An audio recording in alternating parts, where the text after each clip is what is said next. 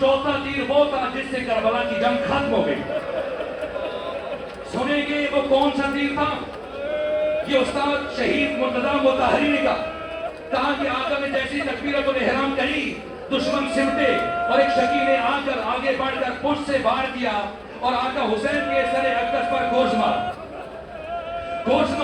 और इसके बाद दूसरा मरहला जब हुरमला ने तीर चलाया, बस रुक जाइए, दो जुमले मुझे कहने दीजिए। हुरमला ने तीर चलाया, कहा ये कौन सा तीर था? जब पूछा मुख्तार सकफी ने हुरमला से कि बता ये कैसा तीर था, क्या ये वैसा ही तीर था जैसा मैंने लश्कर पे चलाया था? थे शोभा तीर। कहा शहीद मुताहरी ने वो इमाम हुसैन का कयाम जो ज़ीने फर्श पर किया। और दूसरा रुकू कैसे किया? कहा जब वो मैंने तीर करीब पहुंचकर इमाम हुसैन के सीने में पेवस्त किया। सुनिएगा, ये हुसैन का रुकू है। रुकू कहा इस तीर को हुसैन ने सामने से खींचने की कोशिश की,